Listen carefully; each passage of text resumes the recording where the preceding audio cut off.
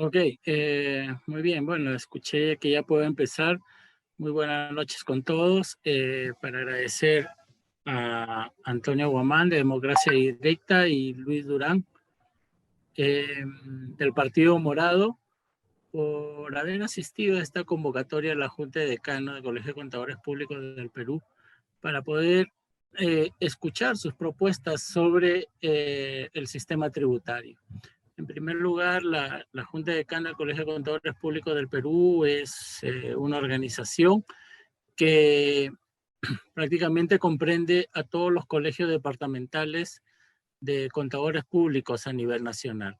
Y a la vez, en términos internacionales, nosotros estamos afiliados pues a la Asociación Interamericana de Contabilidad y también a IFAC, que es nuestro organismo internacional y que precisamente es quien emite normas internacionales para nosotros poder hacer nuestro trabajo en contabilidad acá en el Perú.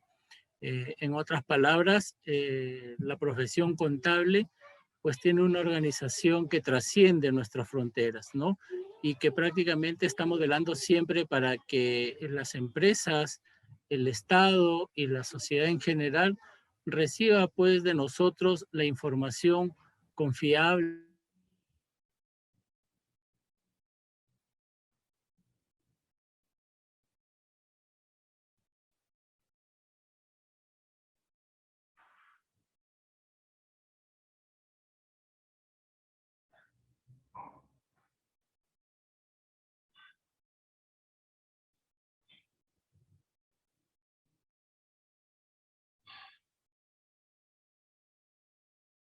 Al Congreso.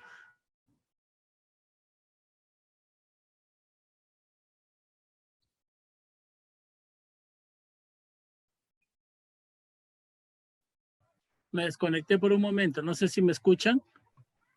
Sí se escucha, Rogelio, ahora. Ok, gracias. Entonces le decía que, bueno, ante esta coyuntura en la cual nos desenvolvemos prácticamente todos los contadores públicos del país, eh, estamos preocupados por escuchar cuál va a ser el rumbo del sistema tributario o en todo caso las propuestas que ustedes tienen si llegara el caso de llegar a la presidencia de nuestro país en estas elecciones. Queremos escucharlos y queremos sobre todo que todo el gremio contable a nivel nacional los escuche sobre las propuestas que ustedes tienen sobre el sistema tributario. Una vez más, les agradezco de parte de la Junta de Decanos de Colegio de Contadores Públicos del Perú y bueno, estamos prestos para escucharlos. Gracias, Antonio Guamán, gracias, Luis Durán, y bueno, vamos a pasar a escucharlos ya en las propuestas que ustedes tienen como partido político y lo que nos tienen que ofrecer en estas elecciones al país entero. Gracias.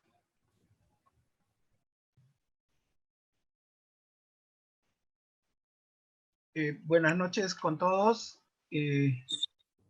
No sé si me escuchan. Mi nombre es Jorge de Velasco, soy el presidente del Comité Técnico Nacional Permanente y le doy la más cordial bienvenida. Hemos invitado a todos los partidos políticos para que en esta ocasión puedan transmitir sus principales propuestas de reforma tributaria a la comunidad contable, a todo el gremio de contadores. Y bueno, tenemos el día de hoy la presencia de dos representantes, ¿no? Antonio Guamán Osorio, de Democracia Directa, y Luis Durán Rojo, del Partido Morado.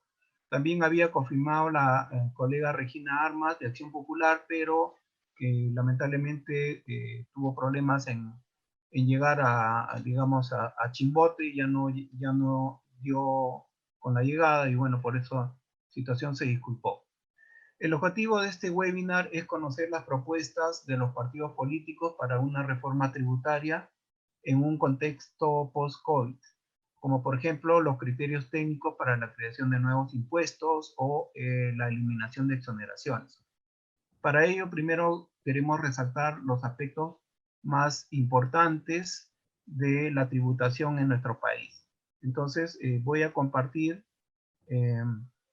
una pequeña presentación. Para eso le pediría que por favor me habiliten la posibilidad de compartir la presentación.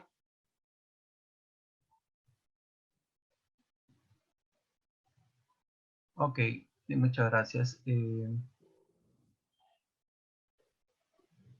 Listo.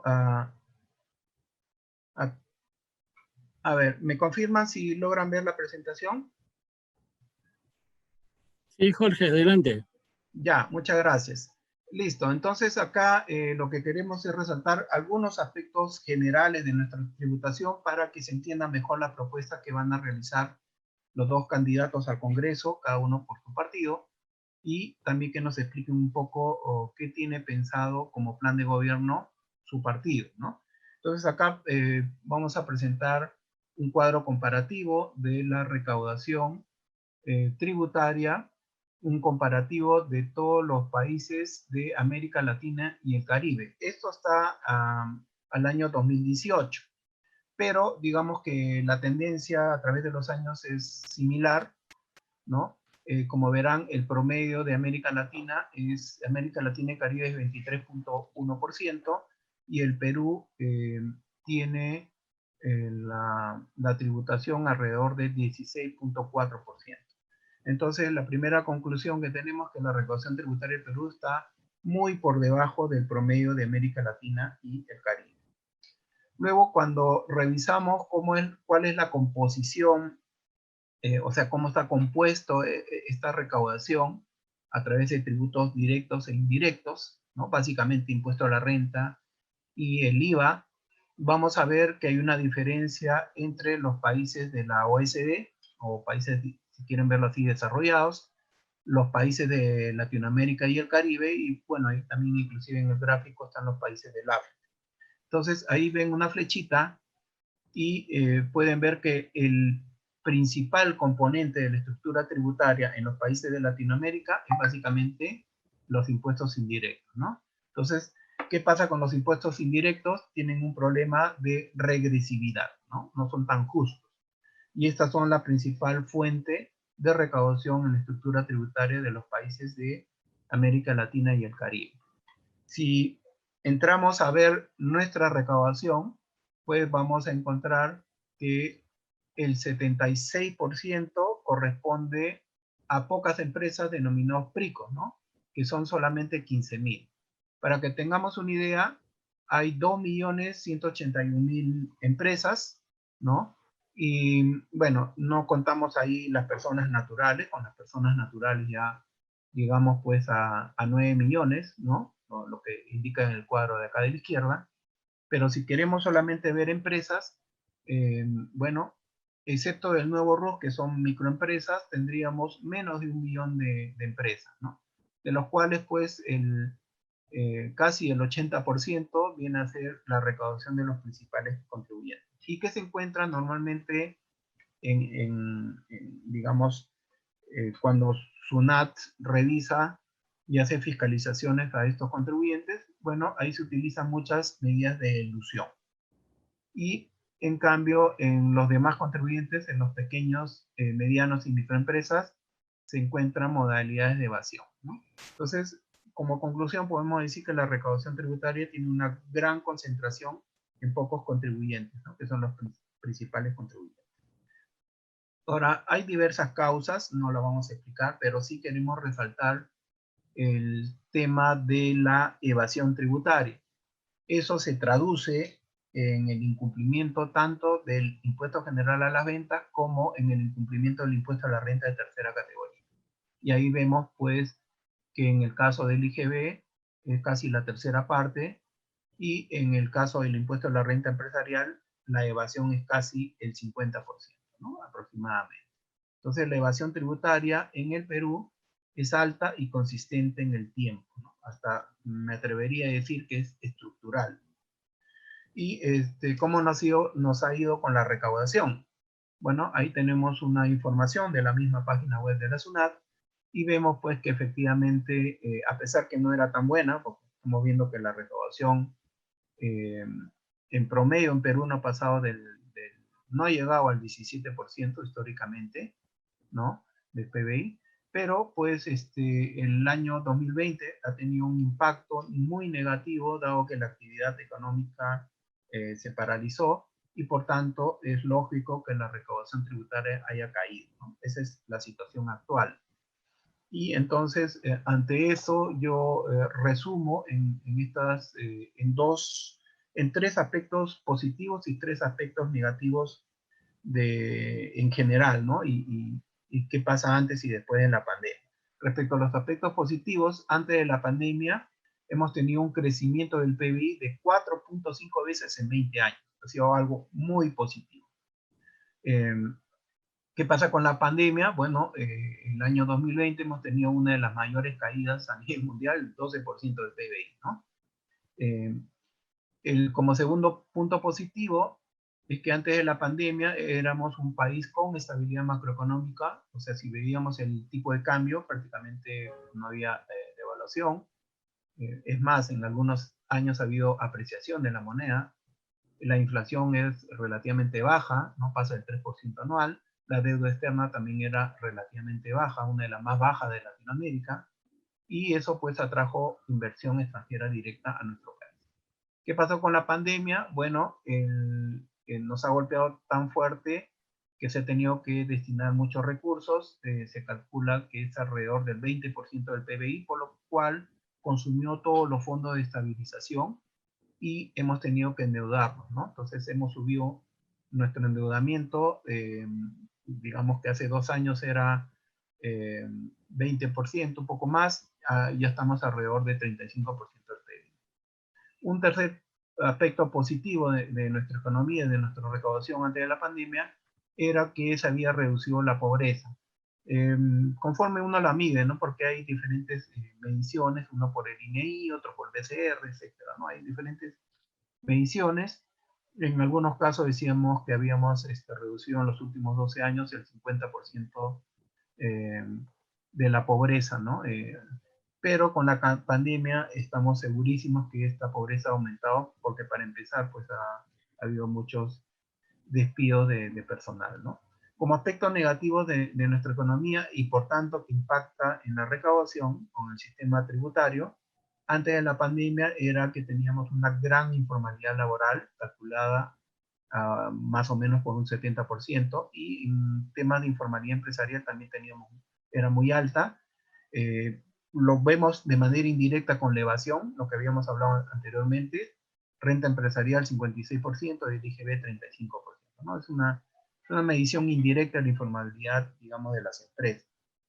Con la pandemia es lógico que pues ahora muchas de estas empresas formales pasen a ser informales, ¿no?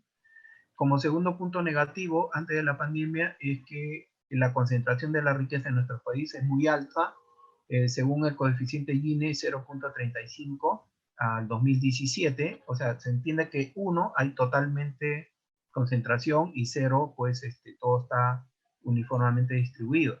Sin embargo, hay otros cálculos. Estos son los cálculos con las cifras oficiales. Hay otros cálculos de algunos economistas que dicen que eso no es un cálculo real, que el coeficiente está alrededor del 0.6, pero bueno, habría que seguir investigando.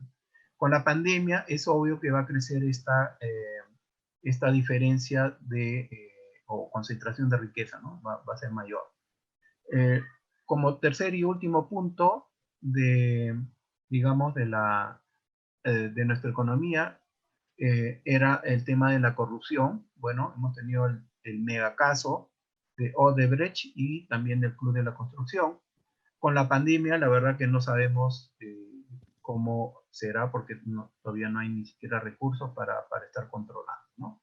Entonces, los ingresos tributarios, perdón, esto ya estaba. Bueno, eso quería yo prácticamente señalar las principales características de nuestro sistema tributario para que en este contexto de pandemia global, pues sí, que impacta directamente a nuestra economía y por ende a la recaudación tributaria, nos permita conocer de primera mano cuáles son las medidas que los partidos políticos están proponiendo, pues, si van a lograr estar en el gobierno o eventualmente también en el Congreso, pues es muy importante conocer por parte del gremio contable, porque los operadores en la parte tributaria, sobre todo de empresas, somos los contadores, ¿no? Entonces, sin más, le damos la bienvenida a nuestros invitados. Entonces, le doy el pase a nuestro moderador. Adelante, por favor, Rubén. Muchas gracias, Jorge. Bien, ante todo, estimados colegas, tengan ustedes muy buenas noches. Es un honor para mí estar el día de hoy haciendo de moderador en un evento de mucha importancia para los destinos de nuestro país y también, cómo no, para el gremio contable. Quiero también saludar al presidente de la Junta de Decanos del Colegio de Contadores Públicos del Perú, al contador público colegiado Rogelio Regalado Villegas. También mis saludos al presidente del Comité Técnico Nacional Permanente de la Junta de Decanos, al contador Jorge de Velasco Borda, y a nuestros dos panelistas que el día de hoy van a exponer las propuestas que desde su partido se ha pensado en materia tributaria. Al contador público Antonio Gomán Osorio, del Partido Democracia Directa, y al abogado Luis Durán Rojo, del Partido Morado. Sin duda, la reforma tributaria que bien ha explicado sus alcances nuestro amigo Jorge de Velasco, también tiene un impacto en el ámbito del contador público, y por eso, dada estas circunstancias, es que se ha organizado este evento académico. En principio, como ustedes comprenderán, quienes cumplen las obligaciones tributarias formales y sustanciales son los contadores públicos. Si bien es cierto, el obligado tributario es el contribuyente, es el contador público que a través de la prestación de su servicio dependiente o independiente es que él cumple finalmente la obligación tributaria. Desde esa perspectiva, nos gustaría seguramente que los candidatos al Congreso aborden el tema de la complejidad que existe en todas las normas tributarias que regulan, ¿no?, el fenómeno tributario en nuestro país. Hay un sinnúmero de normas, las cuales no son muy fáciles de comprender